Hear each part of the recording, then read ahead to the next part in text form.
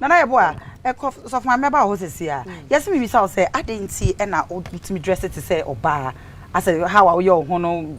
With me, mark about me, shoe, hills, near dear. Yes, how are you, 1 year? And say, I will bob band when you're my yes, Papa. The whole Masoquan hour junction. Okay, was Nayas. Okay, Unquan hour junction. And make my what's Nayas? The whole Unquan hour junction. What's exactly. Can it say? Area say Bible say. Your man yesterday, and also change your bufu. You know that already. Yeah, I know. Who's any partners and what's a one woman? Assembly and I was seen, I was seeing yes, past mess 1 year ago. Okay. But more now was Sereno. They rather were 2 film. Okay. No, we rather be what that is a wash and I will had that critic. Okay. Had that critic. Okay. That is a wash. Me, I mean, we are paying up, Roberto. And I said, my way, give it. Okay. Any chessing. Okay. Why Nigeria? Okay. That's no more many be had I say. Me had nurse ya tell say ya na me ko say me man crop for day. Okay. And sent me Nana Pacho so mama. Nana ya me think crop for pressure. What you think of for pressure so that Pacho so mama. Yeah, hello. Hello, but good evening. Good evening, my sweetheart. Me ba so you Vivian. Okay, Auntie Vivian. Me ka sabe pokwase. Nya me shira o. Me ba so me tia mo fa na Yeboah. Nana Yeboah. Me je so. Nya me shira. You don't pa. Ga me shira no. Ane na juma pa. Nya me shira so kwa da se chia busuani nyina ma yen wa. Okay. Okay, yeah, hello. So, Nana Yeboah, say no, young call for the baby now, the Omuhaji politics, money idea because they say, we are saying, this year also person day, Yeba to Abe Odo Hujimoana. When I may farm a win, but Unya Yanka don't hold Jimmy. Menyai, I didn't say, when you are no from Couture. Oh, Nasanya Bonnet, Ebiana, I know the Ayah about Obey, me or Hose, but see, Jim Melbourne for. Okay, what's your say? Okay. That is the one that I never moved near your neighbor. People on your Jumaya. So was son who had the tunnel. What I say? One I had my Bakrono. Okay.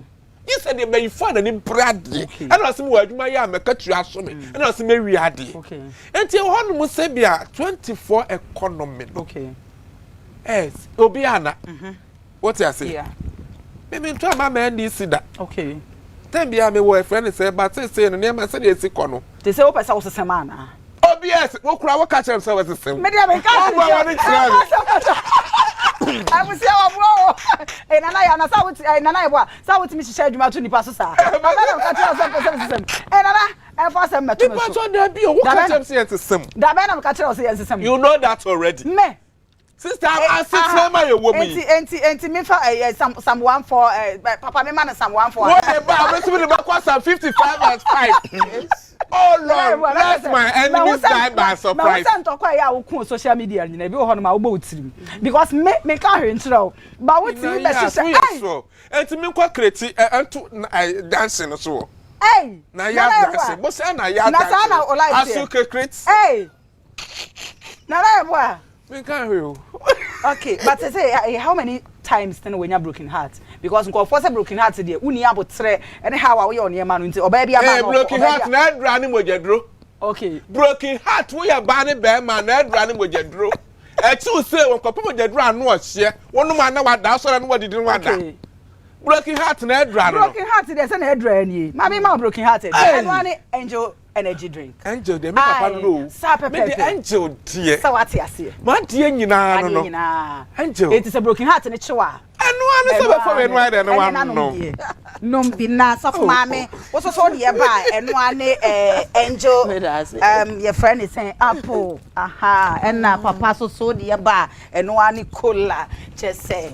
Nyasem kitwa ye too sweat I don't want to mesra wa it's answer angel energy drinks yeah any angel drinks there just say hey what the near man ba no papa aden what jini ye ho what jini ye ho what dey would have to magic Ghana man na okay na mami so why ya dear next time be asumi mu na mesumi nyina me dey me edu me say me mayem but nana open to kwadodo esese wujai open to kwadodo controversial ne do so dodo ase obi let us say me konto no e hyenkofo tirim so obi obegije nana Yeboah bi oba bedidi natem ase oba atemudie no onu say na ya on asem ahia na te se bo fra abre oh okay wonam ne komodo that me pebre ba ye no wonam ne komode wa bo fra abre no atibia do me ya na akọ sa na asem ahite okay me pentokwa okay what the bad dia what the bad nipa the bad dia o de be hia no eno de enye creating or the na me kwa me pani pa se be se me kodi machi okay me what the bad dia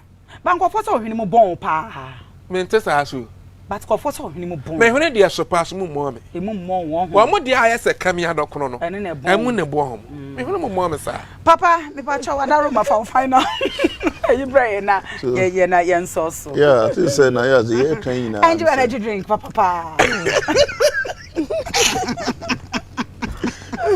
lewe no shey kwanyo uni abema wonyo controversy facha yanko yeah the kan na so I think say e addition de da bi so to say obi tu ne ba fa no fa bi na I think say fidikesi yesu no nipa dodo na na e hwe me fa kwenye so atra say experience a ye nua be ma e hwe no ade ba trumpet obi afa ntintim say emre power ma opia in fact ade me title nkofo no say ade nyame de many person bo e time 2012 papa bi 2008 or president wenya 2012 wenya so o sa time na kwa be president the otwen year 2016 no and o be president sana brabote eti ba bia wo hwe free bia na memma de wo nemu entra say wo mra so emre time the greatest gift anyam de amount no eti enne ne mu ayedin bo chena emu be yemre wo so betena di dance yes ni ni be man e tane die na me kan say wo to na mu bi at and the story different men ne wo to sama ye we nyina na so de nyame edi ma bedruni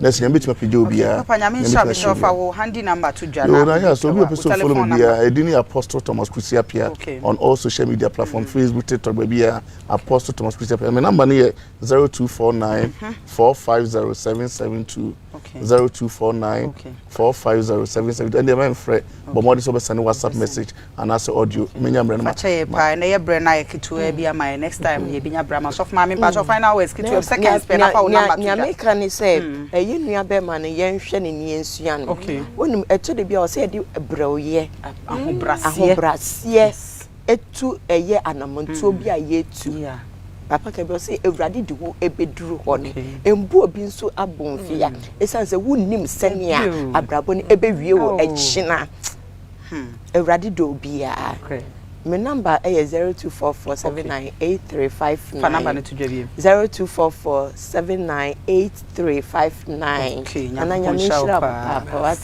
nana so me pa cho final words na fa telephone number to dwa e bia no obi nya so obekwa kwa adwuma ama no oh the American say emre de nipa wote ho a wo se wo to obo ase said ye nipa da sani preseko wanimu no menye ho saa nyankopon nshira ente bokro so wanka se wo shira nipa so masie awie wawie da saboa tokro bia wo hyem bia wo sabe ka wo de me na ne yebo asia ma unse de bia meka mabre bebre bayira ya chie mabubu japan na hwane praye pen kosu ya chie profo to ka badin na sami se bia na makachi but ewrade wo mre emani pada sane bia entuma mpamrika wakutukum the number is 0542 83 33 08 0542 83 33 08 ba ka sat so yo ba ase